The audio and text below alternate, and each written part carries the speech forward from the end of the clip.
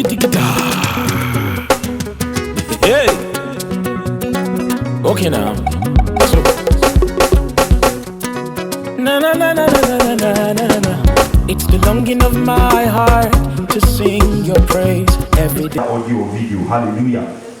No, so this morning I'm speaking on the ministry of the prophet.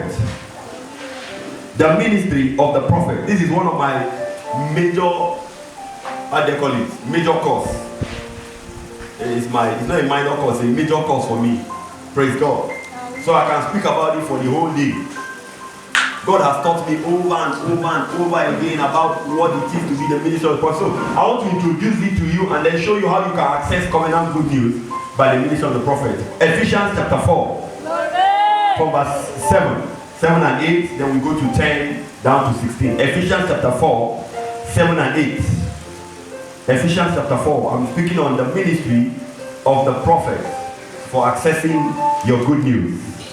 But unto every one of us is given grace according to the measure of the gifts of Christ. Every one of us is given grace according to the measure of the gift of Christ. Wherefore he said, when he ascended up on high, he led captivity captive and gave gifts unto what? He gave what? Gifts unto men. You see, church, look up. I have tried to be a normal pastor. It's not working. I'm telling you the truth. I have tried to be a normal pastor. It's not working. So I can't force to be something else because there is a grace God has given to me. I have a grace of fasting for a long time. I have a grace for staying all night without sleeping. I have a grace of climbing mountains for prayer. I have a grace of staying isolated for a very long time. Those are symptoms of prophets. Two prophets sleep all night. It's a grace. And that's why sometimes when I listen to messages once in a while, I watch messages on telly, I listen to pastors. When I hear them castigate the ministry of a prophet, I laugh because I'm like, these things you are doing are completely against the word of God. Against it. When you hear a man of God say, forget those prophets, forget that evangelist, forget that apostle, they are not it. We are the real thing. That person has missed it. And I'll show you how. Go to the next verse, verse 10. Go to verse 10. The person has missed it already. He that descended is the same also that ascended up far above all heavens, that he might fill all things. Verse 11. And he gave some. Follow me now. He gave some what? Let's say it together. And some. And some what? And some what? And this is Ephesians. This is New Testament. It's not Old Testament. Jesus gave apostles as gifts to the church. He gave prophets. Jesus gave it. Then somebody said that prophets are not in the New Testament. They are in the Old Testament. Who gave you that audacity? When Christ was going, remember when he finished talking with the disciples at the mountain in Acts chapter 2, the Bible said he told them that I will come back again, but I will send you another comforter. And when he finished preaching, the Bible said Jesus lifted from the ground and began to elevate. In their very eyes, the guy entered lift. In their very eyes, entered lift to heaven. And the Bible said as he left, he now gave gifts. Then you now came from nowhere and said, no, there are no prophets in the New Testament. Did you see how the person has missed it? Verse 11, verse 12 now. For the perfecting, this is why he gave all those things. For the perfecting of the saints, for the work of what? The ministry. Look at it. For the edifying of the body of who? Christ. Till we all come in the unity of the faith and of the knowledge of the Son of God, unto a perfect man, unto the measure of the stature of the fullness of Christ. Hear me. If you are a man that believes in only listening to evangelists, you are not complete.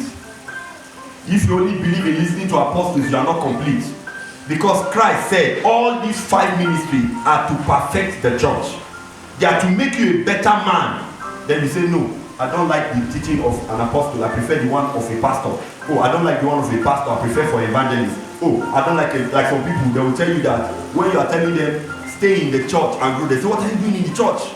Go out there. That's where the souls are. Souls are perishing. What are you doing inside the church? All the church building. One day they will be born. Go outside and look for soul. Okay, when you get the soul, what will you bring them to? To your house, I mean. It's an unbalanced teaching. You will just be a kwashoko Christian. Are we together? Yeah. It's not complete. Till we all come to the unity of the faith. So the fivefold is for the unity of the faith. The unity of the faith. Let's continue. Verse 14. That we henceforth be no more children. Did you see that? Tossed to and fro, and carried about with every wind of cunning craftiness, every wind of doctrine, by the sleight of men and cunning craftiness, whereby they lie in wait to what? To deceive. So, if you are only a man or a woman that listens to a particular office or a particular gift, you can easily be tossed to and fro. You can easily be what? Tossed to and fro. Now, let me summarize this thing. There is a particular gift among the 5 gifts that all the other 4 can operate when you have one. That's deep. Are you listening to me? Every true prophet, under the ministry of every true prophet, are apostles, pastors, teachers, evangelists. Every true prophet has all these other ministries under him. Every true apostle can exhibit the gifting of a prophet, a pastor, a teacher, an evangelist. Every true prophet. So these two, any man that has these two anointing, I'm not saying the one that calls himself a prophet or the one that calls himself an apostle, because there are many people that call themselves apostle now. I'm apostle so and so. I'm apostle that and that. No. You don't call yourself that office. It's a gift. It is given to you by God. Are you listening to me? Are we together? If you are together, say amen now. Amen. Your amen is low. Amen. Are you cold? No. Do we shake you a little bit? Praise God. The 5 offices are gifts. God told me yesterday, say, son, you are a gift. So that anywhere you go, you should be received. If you are not received, don't struggle with them. Because every gift is to be what? Is to be received. When somebody calls you, say, I have a gift for you. What do? You go and collect. Is that right? You open your heart for the gift. But when you don't open your heart for the gift, it's no more a gift. It's no more a gift. Praise God. Yeah. So the pastor, the teacher, the evangelist, they are all gifts. Each one God gave according to their ability. That's why when you see a man saying that I don't believe in long fasting, he doesn't have the ability. He doesn't, or she doesn't. I don't believe in vigil, all this all-night vigil. Is it only in the night that God hears prayer? He doesn't have the ability. So he's talking against it. I listen to me. Hey, I don't believe in all this sacrifice, Check that person. He has not given anything to God. As a, whether he's a pastor, whether he's a teacher, if he's saying that I don't believe in sacrifice, check him, check her. That person has not been able to sacrifice anything to God. But nothing is too expensive for me to give to God. Nothing. Because first of all, the Bible said they first gave themselves and then their possession. When you see a man that cannot give himself or his possession, he can't teach sacrifice. He will talk against it. So every one of us is given according to our what? Several abilities. There are some pastors, when you go and meet them, that you came for counseling. The moment you are counseling and you are telling them, sir, I had a dream, and in that dream, I was eating. And then when I was eating, I saw that the food I was eating turned to blood. Then, wait there. What does the Bible say? I don't believe in all these dreams. All these dreams are nonsense. They are nonsense. Open the word of God. Now repeat after me. I am healed in Jesus' name. You are well. I go. And then you live there, the following day you are flying. The 3rd day you are in a swimming pool. And you are wondering, what is this? Because the pastor doesn't have the capacity, or the man or the woman you met does not have the capacity. See, whether you like it or not, whether people preach that, you dreamt, you had a dream, all those dreams are fake, forget it is not real. Go to Abarome. Go and see small children that have eaten their father from the leg. Then tell them that what they are doing is a lie. Go to Rome, go to Gonigora, go to Kasamageni, go to Kamaso here, Bayanduse here, and see small witches. Enter Narayi and see small demons where they have been possessed from Kaburu. where they are busy eating their father's money. As he's collecting the salary, they are collecting it in the realm of the spirit. Then you tell them that those people are fake. They will tell you, sleep in our house for 2 days. My elder brother, my immediate elder brother, that did not believe in all these things one time because he was dreadlocks. He had dreadlocks. We had to cut it at a time. They told him, be careful when you go to the village. There are things that happen. He said, I don't believe in all those things. Okay. So one day he went to sleep in my great grandfather's room. Oh. In that room, as he slept, around 12, he started hearing some sounds in the room. What's happening here? So he checked. Don't believe in all these things. So he lied down. And at a particular time, he just opened his eye and he saw a bird fly from the wall. Pass through the wall, fly through the other wall and went out. The sleep don't come that night. He woke up and stayed up.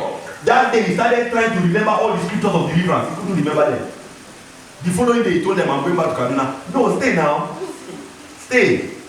When you see somebody who just come and open his mouth, as he open his mouth, knife will come out. Open his mouth, dragon will come out, and then he close his mouth back. Who will you tell that they will believe that you saw such thing? They will tell you are lying. All that thing you are saying is not true. The one girl in our church here, when we were in church, I was telling her, pray deliverance prayer. We say, we don't believe in all these things. You know, we are children of God. Glory, we are children of God. Fire. They married a wizard for 9 years. He didn't know the man was a wizard. For 9 good years, married a wizard. When he came, I said, now do you believe in witch? He said, I overbelieve. Why do you not go believe? Why do you not go believe? Hear me. They preach according to the grace given to them. So when you hear such thing, don't use anybody's word as a yardstick. Use the word of God as a yardstick. Even great men of God can make errors. Are we together? Are we together? I'm trying to position your mind for the ministry of the prophet. Because some of us have some things we have been bamboozled by. Oh, I know there are fake prophets. But it's because they are original that the fakes exist. And the fact that they are fake does not mean that they are no more original. Are we together? Yes, sir. Are we together? Yes, sir. Ephesians chapter 2 verse 19. Glory. Ephesians chapter 2 verse 19. 19 and 20. Thank you, Jesus. Are we there? Ephesians 2:19. Now therefore ye are no more strangers and foreigners, but fellow citizens with the saints and of the household of God. Look at verse 20 where I'm coming to. And are built upon the foundation of, read it, everybody. The apostles. And Prophets. Jesus Christ himself being the chief cornerstone. So everything about Christianity is built upon these two foundations, apostles and prophets. Hear me. If the foundation of a house is not good, that building will not stand. True. One of the most important aspects of a building is the foundation. The moment they go wrong with the foundation, everything on the building will go wrong. Everything. The moment a Christian's foundation is faulty, everything in his life will be wrong. If your foundation is built upon apostles and prophets, Jesus Christ being the chief cornerstone, how dare you now say you don't need a prophet? If your foundation is on the prophet, how dare now believers now in church, pastors will now say, forget prophet, we don't need prophet. For where? How? On what doctrine are you building the church then? On what are you building the believers? Praise God. One of the most important part of the building is the foundation. Is that true? And every true prophet is a sign to be spoken against. Jesus said it. A prophet is without honor, save among his own people. He's a sign to be spoken against. He's a sign to be spoken against. Why? Because some of the attributes of a prophet are things that are not on the natural realms of humanity or thinking or reasoning. So therefore he becomes something to be. Chapter 7 verse 7. And when the Philistines heard that the children of Israel were gathered together to Mizpeh, the lords of the Philistines went up against Israel. And when the children of Israel heard it, they were afraid of the Philistines. And the children of Israel said to who? Samuel. Cease not to cry unto the Lord our God for us, that he will do what? Save us out of the hand of the Philistines. Now hear me, look up. Have you ever gone to a man of God and said, man of God, I'm in a mess right now. The courts, they are coming to close my shop. They are coming to take us because of the rent. Oh, my wife is in the hospital. there are some issues right now. I don't know how to get out of it. Sir, I just had a problem, a message in my office, and they are threatening to sack me right now. What do I do? Most times when you go to other men for prayer, the only thing they can tell you is, let the will of God be done. Is that not so? The children of Israel cried unto Samuel, say, Samuel, this fight, the Philistines have gathered against us, and they are, from the look of the whole thing, they are going to win this war. So he said, Samuel, please don't stop crying unto the Lord for us. Meaning, Samuel, continue to pray. Oh, let's look at the next verse. Let's look at what he did. Are you following me? Sir. And Samuel, verse 9, what did he do? Took a suckling lamb and did what? Offered it for what? A burnt offering, holy unto the Lord. And Samuel did what? Cried unto the Lord for who? And the Lord did what? Now, question.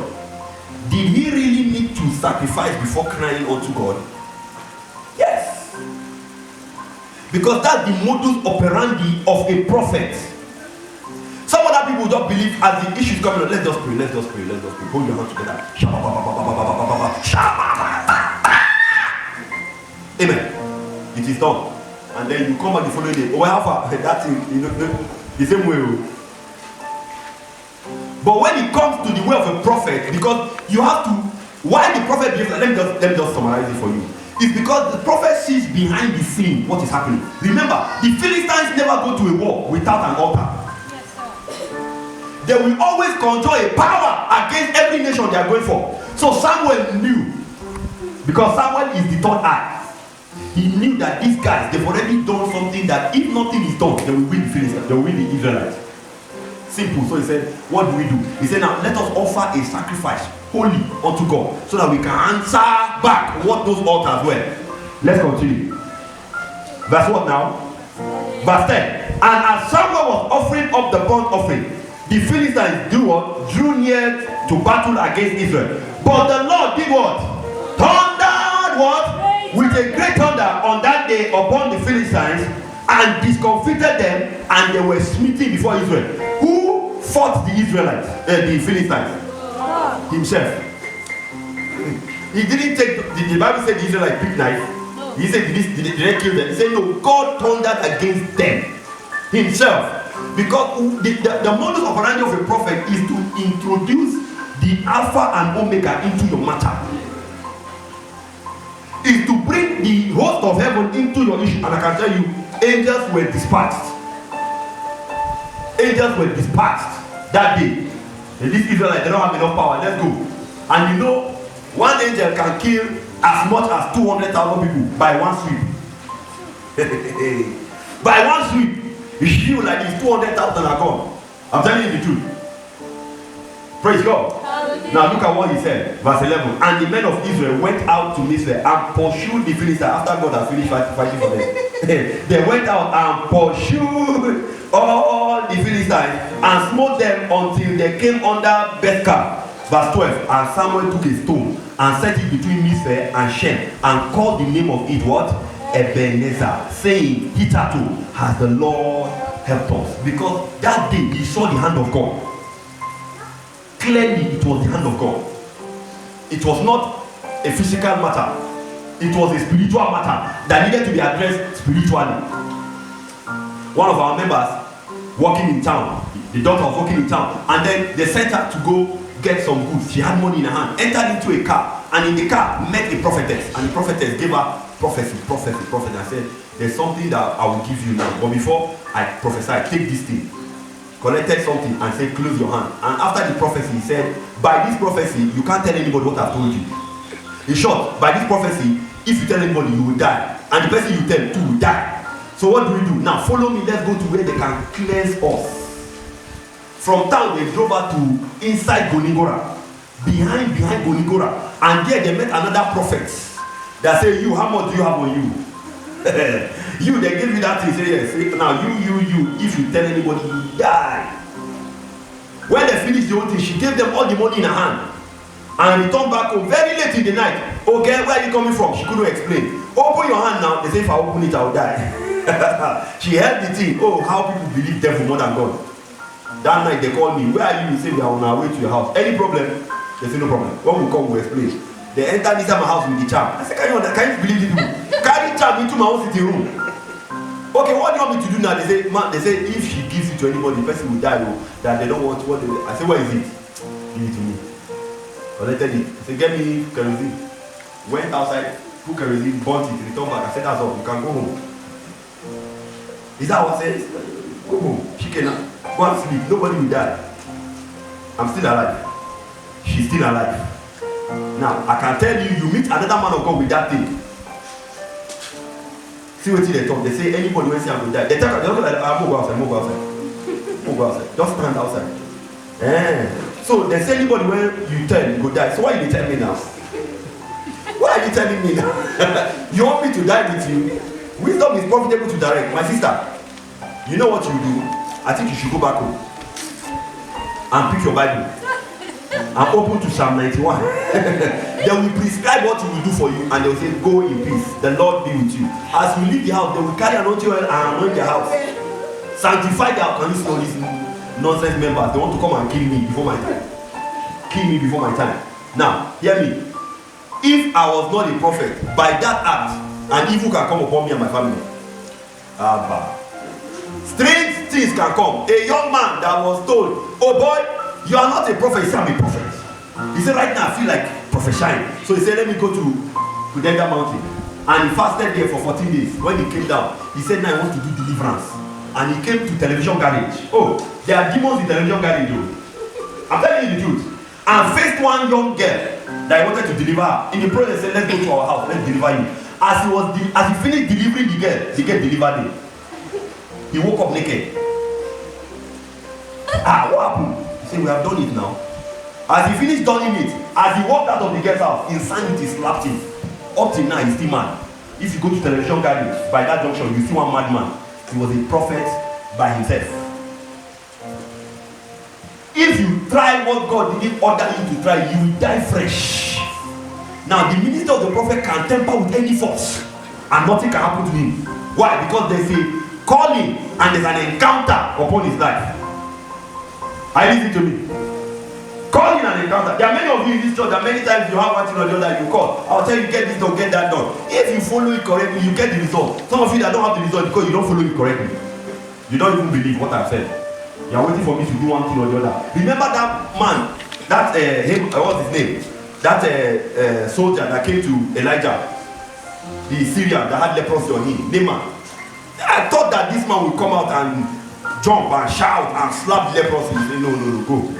Go to River Jordan and wash yourself there 7 times. That's all. That's all. But the guy thought this thing is too simple to be real. It's too simple to be real. But in the simplicity of the word of God, that's where the reality of the power of God manifests. Praise God. And today some of you will see it. I say you will see it. In the name of Jesus Christ. I was studying yesterday and the Holy Ghost told me, said, your pastor might not be your prophet. And your prophet might not be your pastor. Yes. Your pastor might not be your prophet. Your prophet might not be your pastor. Now some people might not like that, but that's what the Holy Spirit told me. I stand to be corrected.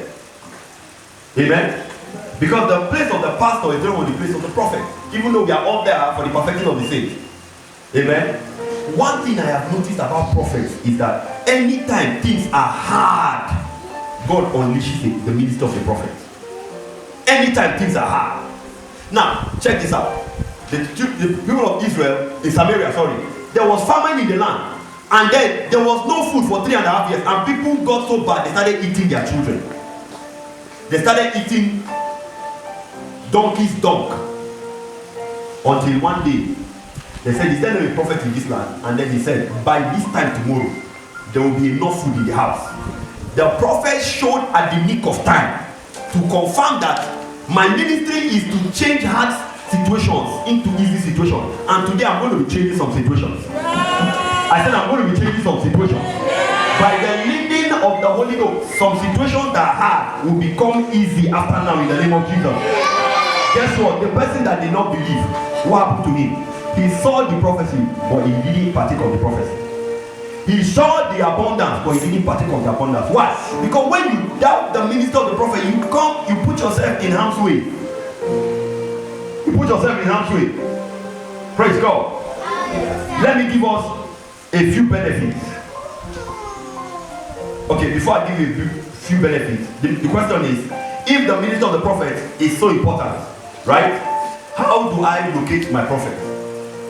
You need to know how to locate your prophet. Is that right? How do I locate my prophet? I've told us over and over, and just give me like a summary. There are two ways to locate your prophet. There are basically two ways to locate your prophet. There are people that have gone to TB Joshua, and it is in this church God healed them. There are people that have gone to Igila, and it's in this church God gave them answer. There are people that travel to Ghana for solution, and it is in this church God gave them their healing. In this church. There are people that have come from Lagos, from Enugu, from Kano, and it's in this church God answered them. It's in this church God answered them. But the people of God, they desire what they want. Hear me, your pastor, you can't choose your pastor. God gives you your pastor. You can't choose your prophet. God leads you to your prophet. Two ways. Number one, how do I know my prophet? 1 Kings chapter 17 verse 9. Just write it down. 1 Kings 17 9. Just write it down. 1 Kings 17 9. God told Elijah, he said, I have prepared a widow for you. A widow in Zarephath. He said, go to her. She will take care of you. So number one, God sends your prophet to you. God sends your prophet to you. That's how to locate your prophet. God sends him to you, and he comes in a strange way, but to solve the problem. Remember, when Elijah came to that woman, he said, can I have water, please? He said, yes. On her way, he said, wait, make me a morsel of food. He said, man of God, it is the last one that we have, and after this, everything gone. He said, make for me first. Strange how they walk, not conventional. Strange how they walk. And then she prepared. And then when the man finished eating, he said, you were saying that no food in your house. Say now, by what you have done, between now and that 3.5 years, you will not lack food in your house. Is that so? Yeah. And the Bible said that woman, throughout, she didn't beg for food. She didn't borrow. She didn't lack. Why? Because when God sends your prophet to your life, everything he says comes to pass. He might come to you and ask you for things you are thinking, this man shouldn't ask. Now, Elijah shouldn't ask for food. Because I'm sure he knows that there is famine. He should have first asked her, madam, you even get food for house at all? You might tell, okay, this is the last one. Okay, talk. Since this is the last one, maybe God made a mistake. God said that he has prepared a woman. Now I'm coming and the woman is only the last food she has. Maybe God intended that she meet somebody like Dangote's wife. Alakija, you know those rich women, people have money. No, there was a poor woman God sent her. Why? Because the woman needs him, he needs the woman. The way you need the prophet too needs you. Some people come here and tell them, I say, my money is in your hand, your money is in my hand. They are wondering, what am I saying? Yeah, it's when you release what you have to me, then I release what I have to you. Are you together? Until she released that morsel of meat into Elijah's hand, Elijah couldn't release abundance for 3.5 years. And guess what? In that whole region, only that woman escaped that famine. Only that woman. That's what the Bible said. Number two, how do you locate your prophet? Luke chapter 4 verse 25. Luke chapter 4 verse 25. God can direct you to your prophet. It's either God leads your prophet to you, or God directs you to your prophet. Oh, I prayed that prayer when I was starting ministry. I say, Lord, whoever you want to be a prophet over my life, reveal that man or that woman to me. I don't want to be a man that I am here, I am there, I am here, I am there. No. I want to be under my prophet. I want to be under my prophet. Now, let me give you quickly benefits of your prophet. Benefits of your prophet. Benefits of your prophet. There are numerous of them, but for this service, let me just give you like 5. Number 1, deliverance and preservation. Deliverance and preservation. Hosea chapter 12 verse 13. Deliverance and preservation. Those are the benefits you get under your prophet. There are deliverances, there are preservation. By a prophet was Israel delivered, and by a prophet was she preserved. By a prophet. Now look up, let me ask you a question. Look up. Amen. Are you with me? Now, that prophet that the Bible was referring to, do we know the name of the prophet? Do we know the name of that prophet? What's the name of the prophet? The prophet that delivered Israel. What's the name of the prophet? Man. By a prophet was Israel delivered, and by a prophet it was preserved. What's the name of that prophet? Moses. Moses. Hosea was talking about Moses. Now, while I was studying this, I said, Holy Ghost, explain that scripture to me. Hear me. Now, it can easily be read, by Moses was the children of Israel delivered, and by Moses was it preserved. It can easily be read, written that way. Is that right? After all the people that did miracles in the Bible, God said, God wrought special miracle by the hand of Paul, giving us direct reference to him. Is that right? Now, if you read that Hosea from the beginning, you know he's talking about Moses. Now, instead of writing by Moses was the children of Israel delivered, and by Moses it was preserved, he didn't write it that way. It was making an emphasis on the office, not on the person. Did you get that? He was making a reference on the office of a prophet, not the person of Moses. Meaning, a prophet is a deliverer and a preserver. His assignment is to deliver. What does it mean to deliver? Take them out of where they don't want and put them into where they want. That's all. That's what deliverance is. Part of it is not rolling on the floor. Deliverance is not rolling on the floor. There are many people that fall after you lay hand, and they will stand up and the demon is still there. He didn't go anywhere.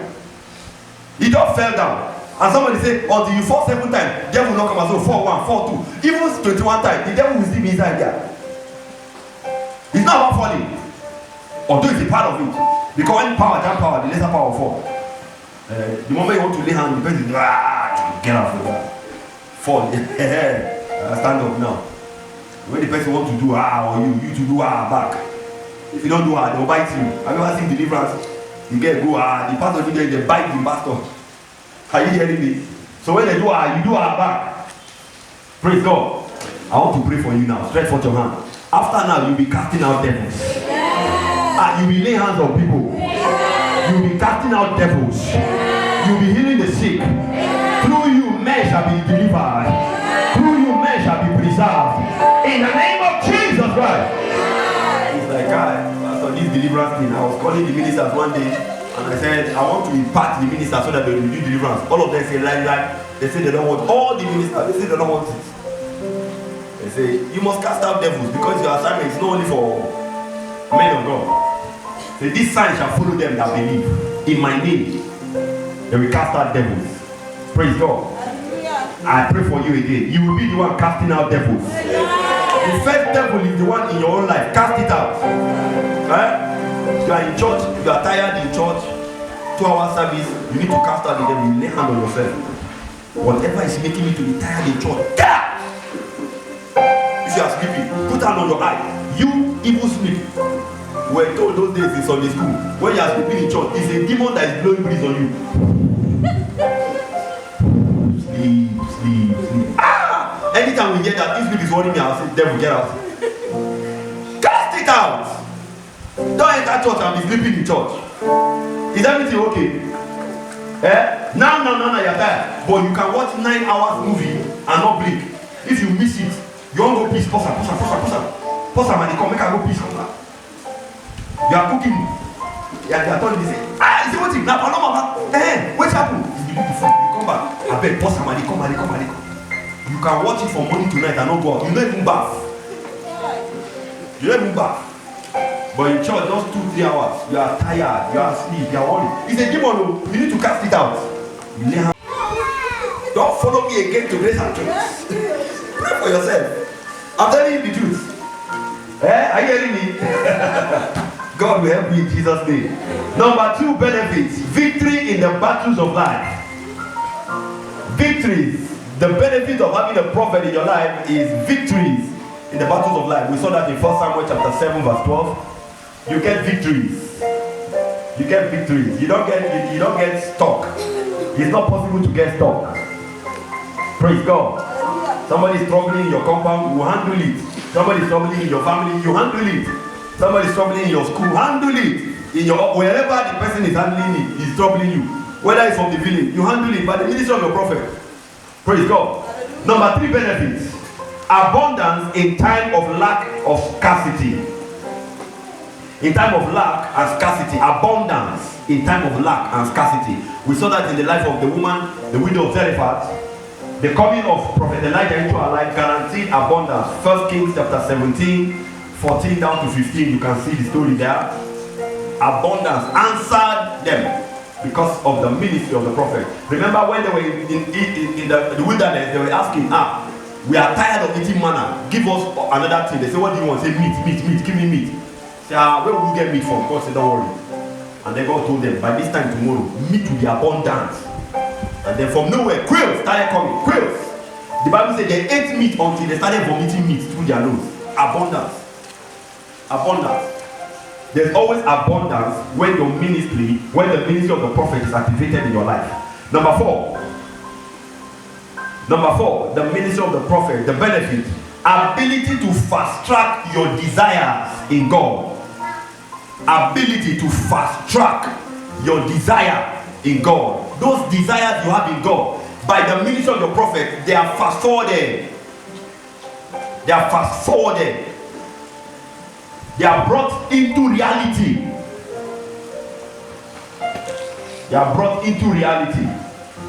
Praise God. Brought into reality by the ministry of your prophet. Even in our contemporary world, I was all through the night yesterday, I kept asking God, Lord, help me not to miss the place of my prophet. Help me. Hear me. Anytime your prophet really walks into your life, I'm going to give you your part to play before we close now. Anytime your prophet genuinely walks into your life, or you walk genuinely into his life, I'm telling you, it's only a matter of time. Everything will transform. Everything. And I mean everything. Everything. Because the prophet is like an eagle that is to carry you above the storm. To carry you above the storm. Above the storm. Without someone like Archbishop Besini, the host, where would people like Bishop Oyedepo be by now? Their ministry came and transmogrified their life. People like Pastor E. Adeboye, the prophet to Bishop David Oyedepo. Without him, where would Bishop Oyedepo be by now? People like Kenneth Copeland, Kenneth Hagin. Those are men that if they speak into the life of their sons, you need to see the power of God being activated. And that is what the church is fighting today. No, forget the ministry of the prophet. All they are fighting is that the prophet is doing this, prophet is collecting money, prophet is doing that, prophet is doing that. Is that your problem? Let me tell you, nobody gets rich by holding money. You get rich by giving. Because the Bible said, he said, there is he that withholdeth, yet turneth to poverty, and there is he that scattereth, yet increaseth. He said, give and it shall be given unto you. Nobody gets rich by holding money. The one you are holding, how has he helped you? I don't believe in all this prophet. How see me, I'm a good Christian. I know fake prophet. How? Anytime you talk about money, I know he's fake. Anytime you talk about money, I know they are fake. I pity you. When anytime you talk about money, you say that. Alright. A man told me, he said, I like one church, not far from here. He said that church, they don't used to collect offering in that church. That man is a real man of God. I say error. You and that pastor, you are working in error. I say I'm not against what he's doing, but I'm against his system. Number one, I'm sure that man works. He said yes, the man works in NNPC. I said that's where he's getting his money. I'm sure where he's using to do fellowship is his building. He said yes, it's his house. Wait, if he doesn't work in NNPC and that building he pays rent, where will he get the money from? I said, sir, being under that ministry, you are coming under a curse. Why? Because say, thou shalt not appear before me empty. It is a scripture. And then you go there and say, because the man need a collect offering, I like that church. That church, they need to disturb anybody for money. Just come, they will not teach you go. That's why you are poor. And that I told that man, I said, you, your family, if you go there, and that pastor, very soon you still be poor. Because that man is misleading people. And you come under a curse. And all his members will come under a curse. Because you say, no, God doesn't want your money. All God wants is you. What? Where did you get that? Where did you get that from? I teach us the truth because it's grace and truth. Is that right? Let me round up. My time is gone. How do I access good news through my prophet? How do I access good news through my prophet? Because we are accessing good news after now. How do I access good news? Via my prophet. I have a prophet in my life. Anytime I'm going through one challenge or the other, I just call him. Sir, this is what I'm going through, that's what I'm going through. Is that right? Alright, discuss it with me. When we discuss, say, okay, do this. As he finished saying it, as I drop my call, I wire money into his account. Straight. Wire money into his account. Straight. Because I was told by an elderly man, can elders have wisdom? He said, if you go to your father, and your father prays for you, and blesses you, and then you stand up from your knees and say, Daddy, thank you, and you leave the house, and you didn't say, Daddy, I'm grateful, I'm going back to my house, or I'm traveling back, but Daddy, please manage this 500 naira, manage this 1,000, or Daddy, oh, I came with a bag of semo, please manage it. Even if he's richer than you, if you don't do that, that prayer will not follow you. That prayer, he just prayed, but as you are going outside the door, the prayer will come back to your father.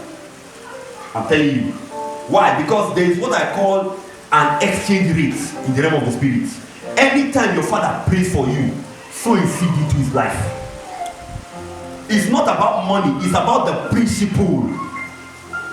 That is why I say a prophet is not conventional. A pastor will come and when you finish this thing, he will give you transport. Yes, you give me transport. Say, my son, do you have transport? I've done it before now. I've done it many times. I used to do for strangers when they are going. I give them transport. Later on, I discovered I'm not helping them.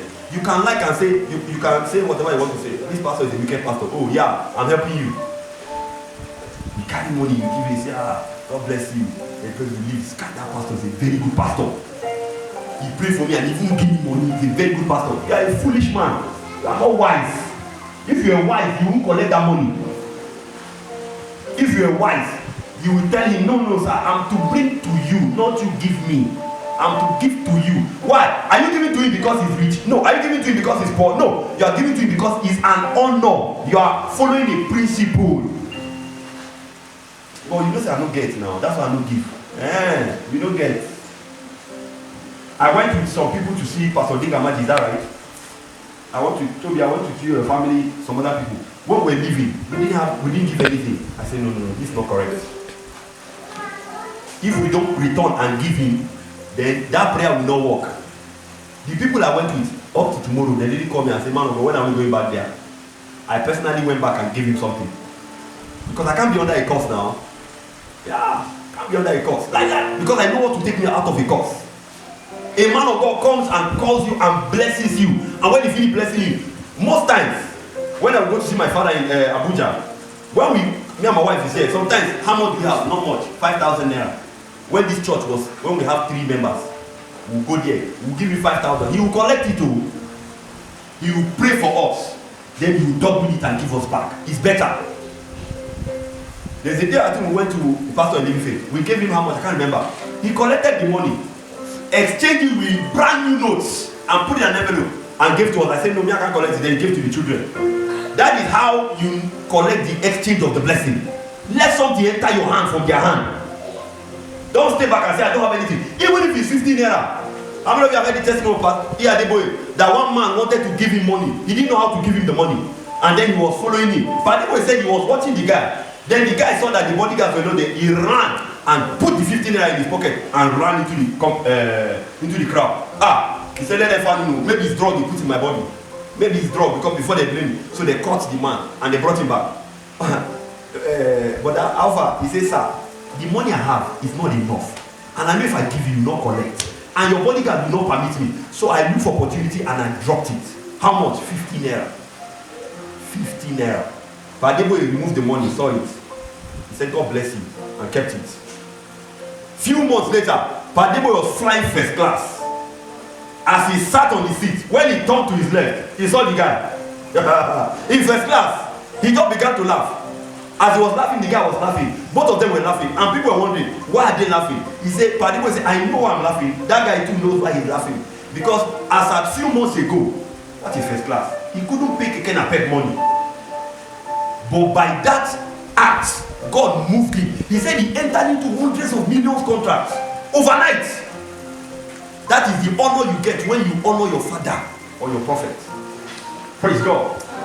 I give you 5 before we close. Number 1, believe in the person. That's how to access your good news. Believe in the person of your prophet. 2 Chronicles chapter 20 verse 20. Believe in the person of your prophet. Believe. 2 Chronicles 20:20. Number 2, I can't double emphasize that. Receive the person of your prophet. Receive him. Receive him in your heart. Receive him in your mind. Receive him in your soul. Don't receive him eye service. Receive him genuinely. Number 3, how do I access the good news? Honor the person of your prophet. Honor. Oh, that's one thing that is no more in the church. There's no more honor. There's no more honor. Has gone out of the window. You can speak it tongue, I can speak it tongue. All of us are the same. You can preach, I can preach. We can say, you hold microphone, me too. If I hold microphone, I can talk. We are all the same. We are not the same. We are never the same. Is it because you are driving a car, then you feel because your dad doesn't have a car, then you and your dad are the same level? That's very, very wrong. Oh, because you two got pregnant, you feel your mom too got pregnant and get back to you. So you two, because you are pregnant now, you feel you two, you are a woman. You can talk to your mother anyhow. No. Praise God. Honor. And can I tell you, honor is something of the heart. When anybody does not honor, when you don't honor somebody from your heart, it will show physically. It will show outwardly. That woman in her heart and said, let me show my honor by what she did. I was told when they brought it, I said, let them come inside, let me just pray for them. That's all I can do, because when you honor, and the prayer was very simple, when you honor the prophet, you receive the prophet's reward. So then kneel down, him and his wife, bless them in the sitting room. And I said, the evidence will show, because they are not members of this church. They are not. One of the funny things that happened to us in Grace and Truth is that most of the people that bring us some outstanding blessings are not members of this church. They're just from nowhere. They can bring bag of rice, they can bring yam, they can bring everything. They just send money to their account as much as they can send. I'm telling you. Now, if you don't honor the person in your heart, you will not value the person externally. You will not see the person as someone that you should be a blessing to. You can't even regard the words of his or her mouth. Honor. Number 4, have a personal love and a soul tie with your prophet. Have a personal love and a soul tie with your prophet. We don't have that now. Oh, you need to see some people now. You are telling them, you say, that's your pastor. Yeah. And they're talking about negative things. And so even our pastor man, that's so he is. Pastor man, that's so he is. But there are some people, the moment you mention their pastors, I see they're looking for trouble. Say, I beg, see, if you talk this tonight, you will be friends again. Leave my pastor. Don't talk like that about my pastor. Yeah. You have a love for him. You have a soul tie. But when you see people, when they're talking about their pastor, instead of standing up for their pastor, because they don't have a soul tie, they say, now so all of them deal. And then, let me tell you the error. Let me tell you the consequence.